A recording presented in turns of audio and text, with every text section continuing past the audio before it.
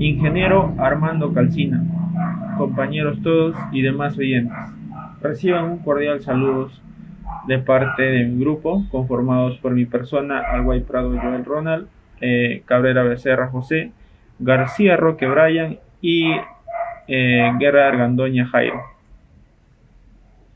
Eh, durante, durante la exposición se va a desarrollar el tema de la arcilla, ¿no?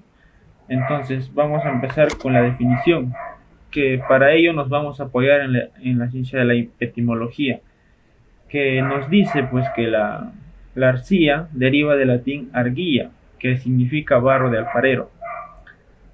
Años atrás, las antiguas civilizaciones que han existido han utilizado bastante las arcillas, ya sea para poder crear jarrones, ollas, moldes, entre otras cosas más, según el tipo de necesidad que ellos han ido adquiriendo, ¿no?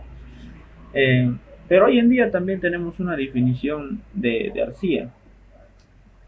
Hoy en día entonces nos dicen que la arcilla es una sustancia plástica de origen mineral que se compone principalmente de silicatos de aluminio hidratado. Entonces, la arcilla contiene humedad, sí contiene humedad la arcilla. Por ello es que se puede moldear para poder realizar diferentes formas que nosotros querramos, ¿no? Tipos de arcilla. Existen tres clasificaciones de tipo de arcilla: por su naturaleza, por su composición química y por su fisibilidad. Vamos a empezar entonces por su naturaleza, que tenemos dentro de ella las arcillas primarias y las arcillas secundarias. Las arcillas primarias las hallamos en los lugares en los que se encuentran las rocas de las que proceden, ¿no? Es decir, no han sido trasladados todavía. O sea, si es que nosotros encontramos una arcilla primaria en un lugar X, quiere decir que en ese lugar X también vamos a poder encontrar la roca de origen, ¿no?, de esa arcilla. Eso nos quiere decir el concepto de arcillas primarias. Entonces, la única arcilla primaria pura conocida es el caolín, que tiene un grano más grueso y menos plástico, y en estado puro es casi blanco, ¿no?, como podemos apreciar ahí en la imagen. Tenemos también arcillas secundarias. Las arcillas secundarias son las más comunes. Se han formado a lo largo de los años, separándose de las rocas de origen y sedimentándose. Claro que sí, las arcillas secundarias son las arcillas que han sido desplazadas de un lugar a otro por algún tipo de fluido o por viento o por aire, ¿no? Entonces, donde encontramos arcilla secundaria, no vamos a poder encontrar su roca de origen o de dónde están saliendo esas arcillas, ¿no? Eso es lo que vendría a ser las arcillas secundarias. Ahora tenemos las arcillas clasificadas por su composición química. Dentro de ella tenemos a las arcillas macras, que son las que poseen una baja plasticidad. Son quebradizas y arenosas. Esta plasticidad se puede aumentar con hidróxido, carbono o silicato sódico, también con cal, con oxalato y humus. La misma se puede reducir también con la utilización de desgrasantes. Esto nos dice, ¿no?, que podemos alterarlo químicamente según la necesidad que tengamos, ya sea que querramos hacerlo con más plasticidad, para que puedas moldearlo, o también puedes hacer el proceso de manera contraria, ¿no?, poder quitar esa plasticidad. Segundo, tenemos a las arcillas grasas. Son las que poseen una gran plasticidad, incluso para pequeñas humedades. Se moldean estas, ¿no?, con facilidad, pero su gran adherencia impide el desmolde correcto del producto moldeado. Se compactan, ¿no?, una vez que ya están, una vez que ya haya secado, se podría decir, ¿no?, se compactan fuertemente, la verdad, las arcillas grasas, por su visibilidad.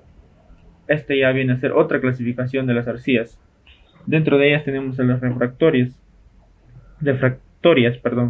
Es conocida por su característica principal de soportar altas temperaturas. Su punto de fusión está comprendido entre 1600 y 1750 grados Celsius. Así es. Tenemos ahí en la imagen una arcilla refractoria, ¿no?, de dónde está proveniendo. A continuación tenemos la alfarería, arcillas de alfarería. Estas arcillas, cuyo punto de fusión se alcanza por encima de los 1100 grados Celsius, son de color castaño, ocre, amarillo o marfil tras la coacción y se suele, ¿no?, encontrar cerca de la superficie del suelo. Eh, yo creo que las personas, la mayoría de acá de la selva, han tenido la oportunidad de poder en su niñez jugar o tratar con estos tipos de arcillas, ¿no? Que hemos realizado diferentes tipos de imágenes en nuestra infancia, ¿no?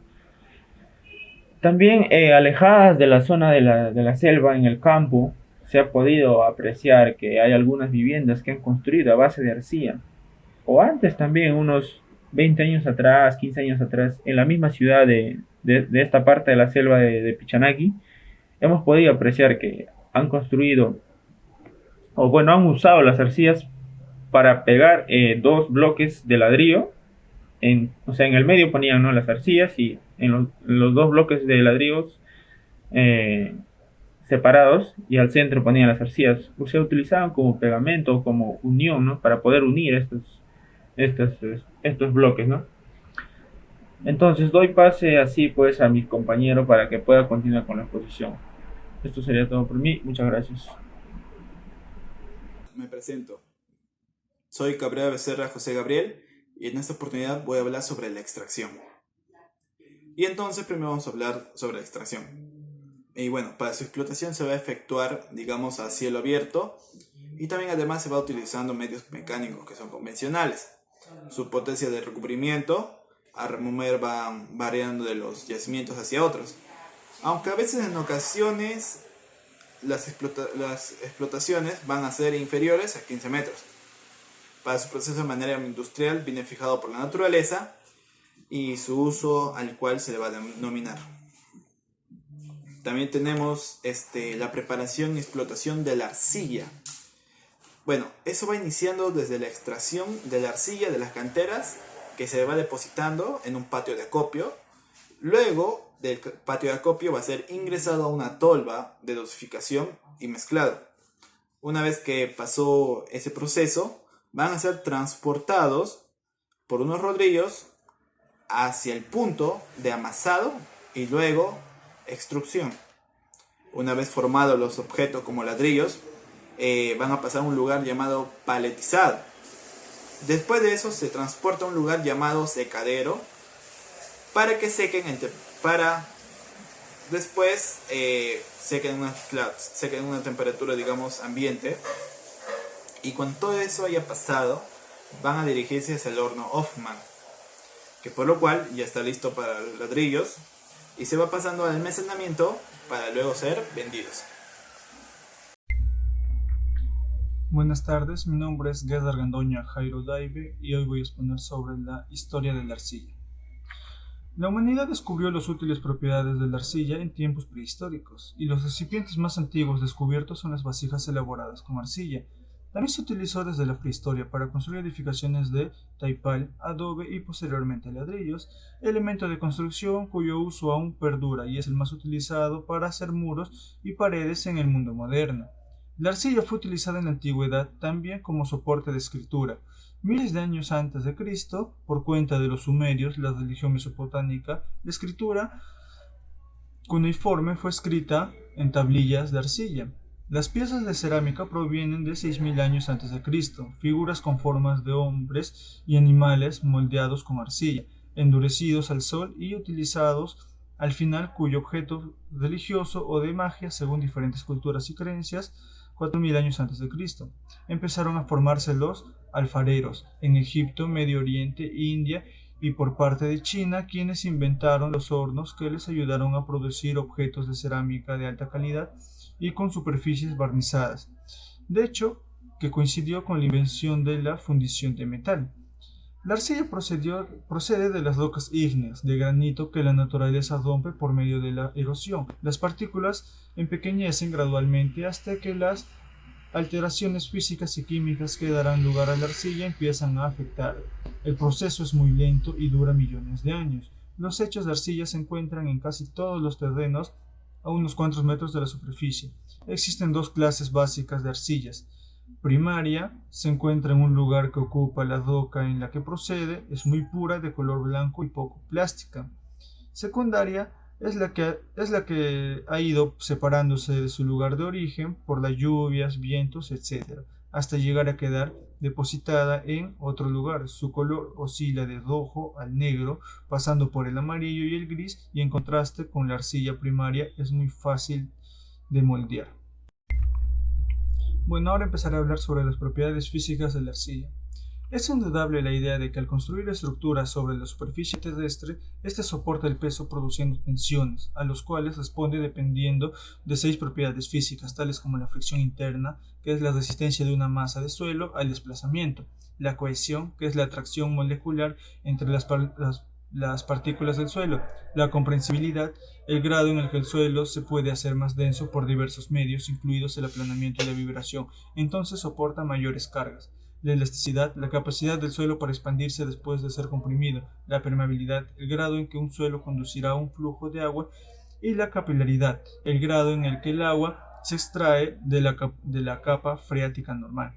En la fricción interna, que es la fricción interna de un suelo, está definida por el ángulo cuya tangente es la relación entre la fuerza que resiste el desplazamiento a lo largo de un plano y la fuerza normal aplicada a dicho plano. Los valores de este ángulo, llamada ángulo de fricción interna, depende de la composición mineralógica y varían prácticamente de 0 grados para arcillas plásticas cuya consistencia está próxima a su límite líquida hasta 45 grados o más para grava y arenas sean compactas alrededor del 30% y de partículas angulares.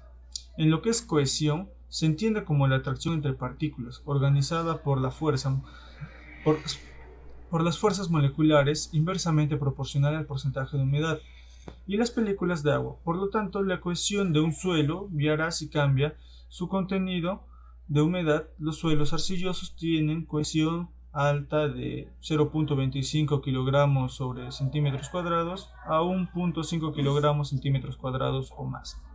Sobre la comprensibilidad se define como la pendiente del tramo virgen en la curva de comprensibilidad del suelo. El índice de comprensibilidad secundario se define como la pendiente de la curva de consolidación. Una vez se ha completado el 100% de la consolidación primaria, o sea, se asocia con la elasticidad del suelo, la teoría de Taylor propone que la comprensibilidad depende de la relación de vacíos y la viscosidad lineal irregular desarrollada durante la consolidación primaria. Sin embargo, la teoría de Buissmann y Salgi propone que la comprensibilidad está en una función de esfuerzos efectivos y de la velocidad de deformación. De acuerdo a la plasticidad, se puede definir como la propiedad de un material por la cual es capaz de soportar deformaciones rápidas, sin rebote, elástico, sin variaciones volumétricas apreciable y sin desmoronarse ni agrietarse. Es la propiedad del suelo que le permite ser moldeada y soportar deformaciones rápidas. Esta propiedad se debe a que el agua, el fluido incompresible, forma una envoltura sobre las partículas laminares, produciendo un efecto lubricante que facilita el deslizamiento de unas partículas sobre otras cuando se ejerce una fuerza sobre ellas.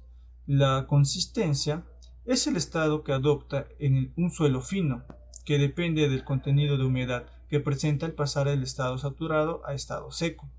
En la mecánica de suelos se han desarrollado varios medios para medir la plasticidad, uno de los cuales es el desarrollado por Atterberg, cuyo principio estados de consistencia son el estado líquido, semilíquido, plástico, semisólido, el sólido y los límites de consistencia que serían el límite de líquido, el límite de plástico, el límite de contracción.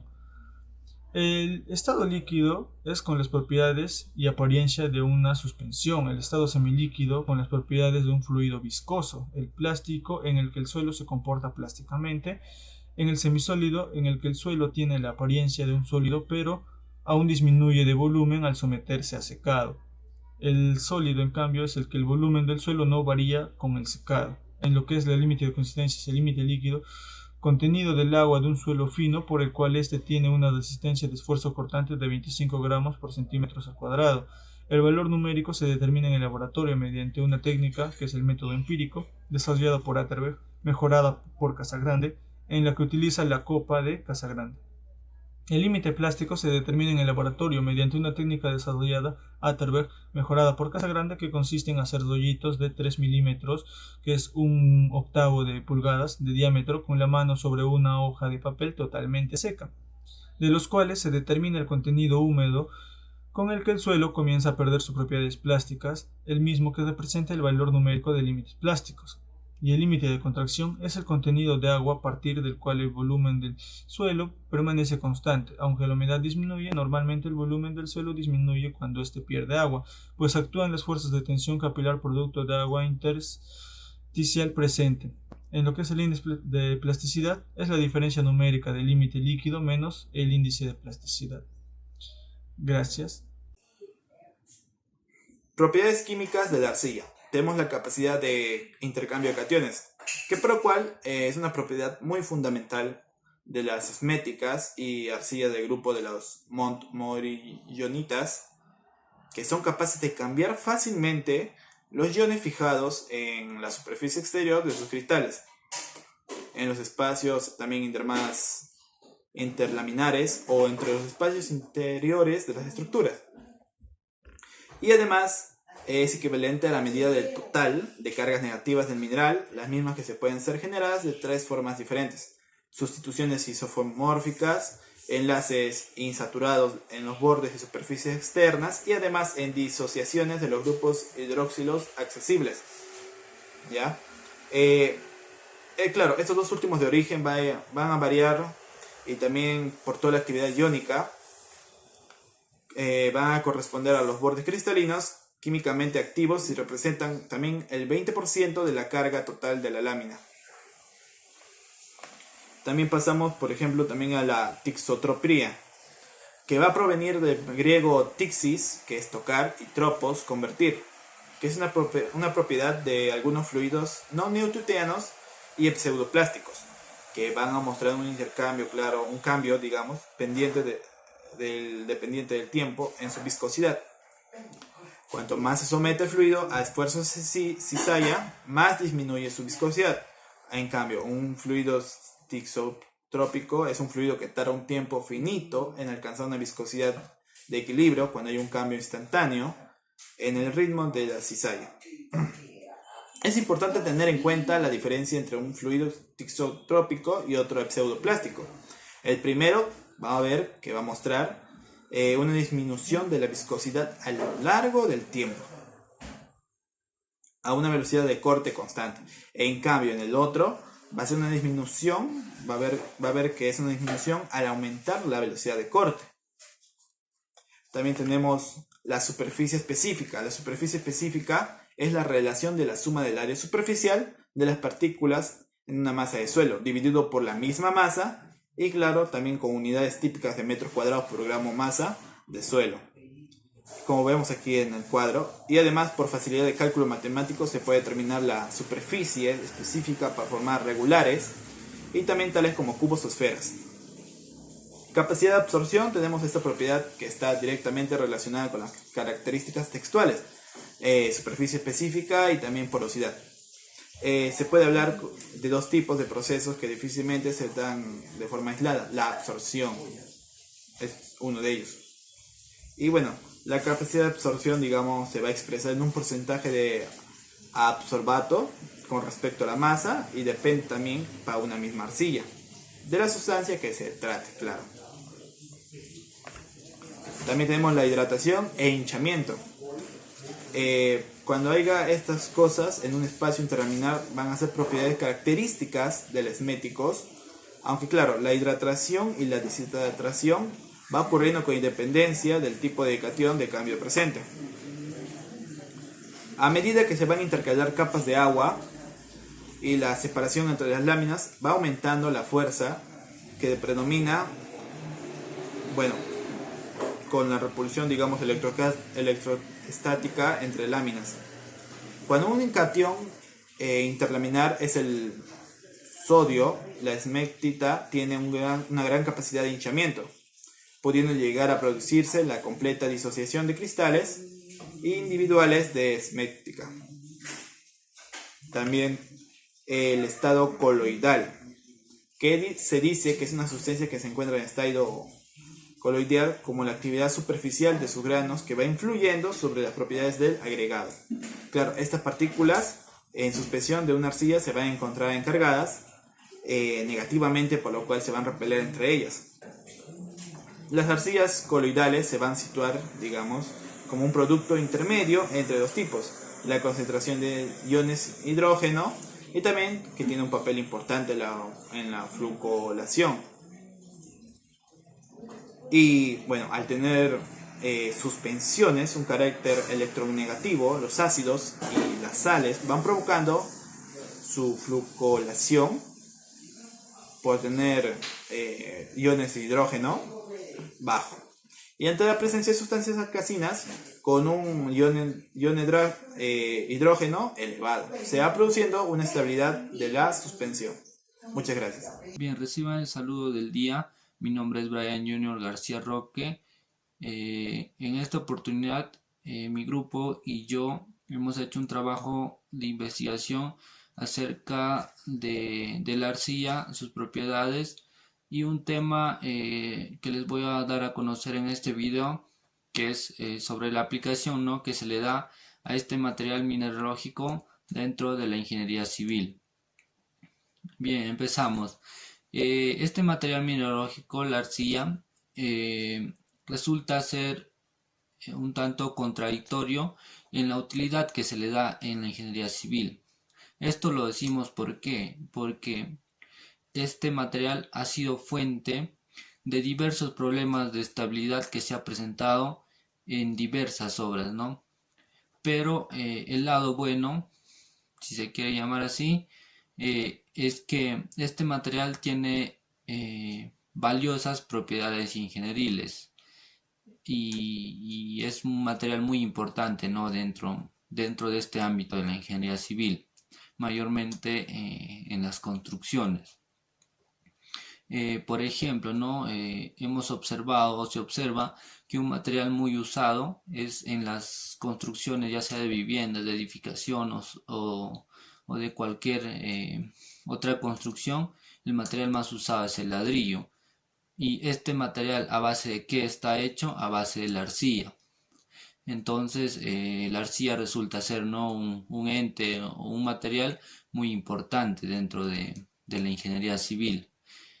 Por lo tanto, en este video les voy a explicar los materiales que se derivan o en los que se usa este material mineralógico. Uno de los materiales, como ya les mencionaba, es la fabricación, ¿no?, de ladrillos a base de este material mineralógico que es la arcilla. Los ladrillos son utilizados dentro de la ingeniería civil o dentro de la construcción civil. En la construcción, ¿no?, valga la redundancia, de cerramientos o fachadas. Como ya sabemos, hemos visto muchas oportunidades, existen diferentes tipos de ladrillos, ¿no? Uno es la pandereta, ladrillos caravista de 18 huecos y muchas más, ¿no? Y cada una de ellas tal vez no se usa de diferente manera, pero estas son usadas para construir ya sea muros, para las fachadas y también, ¿no?, las panderetas que se usan en los techos, en las losas aligeradas. Entonces, la arcilla dentro del campo de la ingeniería civil está cumpliendo un rol, ¿no?, al ser el elemento principal para la fabricación de estos ladrillos. Otro de los materiales, como podemos observar en la diapositiva, son la fabricación de las termoarcillas. Este material, como podemos observar en la imagen, se parece bastante, ¿no?, a los ladrillos convencionales o a los ladrillos comunes. Pero estas poseen, ¿no?, una particularidad diferente por las dimensiones que tiene y como podemos observar por la singularidad de su porosidad, que estas por este mismo motivo hace que la vivienda esté en constante transpiración, pero a la vez este material es un buen aislante térmico y un buen aislante acústico por las dimensiones que tiene, ¿no?, y por su porosidad singular. Entonces podemos recomendar que este material se use en zonas frías, donde se requiera que sea un buen aislante térmico, ¿no? Que a diferencia de los ladrillos convencionales que se usa para los cerramientos, no los poseen, ¿no? Las tejas también están elaboradas de arcilla, pero en este caso es arcilla cocida, y su principal función es, ¿no? Cubrir del calor y su impermeabilidad, ya sea a las viviendas, que mayormente se usa, o también, ¿no? A veces se usa para cubrir muros, para que no se deteriore fácilmente. Entonces cumple, ¿no? esa función, pero mayormente lo usan como un tanto de fachada, como podemos ver en la imagen de la vivienda, ¿no? La vivienda tiene una fachada llamativa, una vista llamativa, entonces también, ¿no? se usa con ese fin, pero también, ¿no? tiene sus funciones dentro de la construcción. Prosiguiendo, tenemos también los azulejos, que estos materiales también, ¿no? están elaborados a base de arcilla, y estos se usan principalmente como fachadas, ¿no? Muchos de nosotros lo hemos visto o lo hemos usado también, ya sea para dar, ¿no? una mejor fachada dentro de nuestra vivienda. Mayormente no se usa dentro de la vivienda, pero también hay algunas excepciones que lo usan fuera, ¿no? Para dar una mayor vista, ¿no? Por ejemplo, en la cocina, para hacer la lavandería, en los baños, ¿no? También para dar una bonita vista, se usa este material, ¿no? Que no cumple un tanto un rol de estructura, pero sino un rol de fachada, que lo hace más vistoso. Eso sería algunos de los materiales que se usan más dentro de la ingeniería civil, pero existen, ¿no? muchos otros materiales más que se usa en diferentes construcciones. Por ejemplo, también, ¿no? adicionando otro, tenemos la construcción de adobes, que es un material muy usado particularmente en la sierra, ya que por estos lugares existe gran cantidad de este material. Entonces no hacen adobes a base de la arcilla, un ladrillo artesanal, si se quiere llamar, ¿no? También para la construcción de pequeñas viviendas, de pequeñas chozas también a veces, ¿no? Y en general eso. Y para concluir, ya para finalizar todo el trabajo, ¿no? Podemos decir que la arcilla es un material mineralógico que existe tal vez en gran cantidad en algunos lugares, pero va a depender mucho el uso que le damos a este, ¿no? Debemos darle un buen uso, conociendo las propiedades tanto físicas y químicas que mis compañeros han dado a conocer, teniendo en cuenta ello, ¿no? Darle su uso tal vez, como ya mencionaba, también con este material se puede fabricar, por ejemplo, las termoarcillas, que es un buen aislante térmico. Entonces este material no sería apto tal vez promover en algunos lugares de climas fríos. Entonces, ¿no? Este material es la verdad es un material muy importante o muy utilizado dentro de la ingeniería civil por las buenas propiedades ingenieriles que posee este material, ¿no? Eso sería todo. Muchísimas gracias.